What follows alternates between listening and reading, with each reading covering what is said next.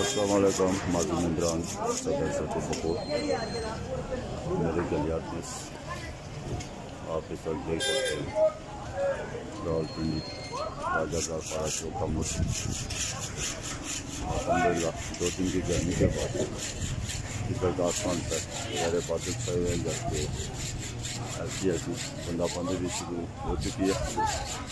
ये सामने 16 साल रावलपिंडी का नज़ारा भी आप ज़्यादा देख सकते हैं।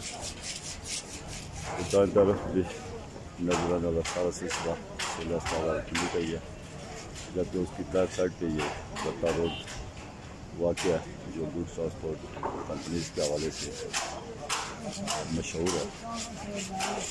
इस पर रावलपिंडी का मौसम माशाल्लाह ज़बरदस्त, जैसे सतु बको का मौसम, मरी का मौसम, लाइसबाद का मौसम है, उससे मैच करता हुआ मौसम इस वक्त में मौजूद है। ये दूर दूर तक आप देख सकते हैं आसमान का बादल छाए हुए हैं और जो मोमेंट है वो बारिश वाली महसूस हो रही है।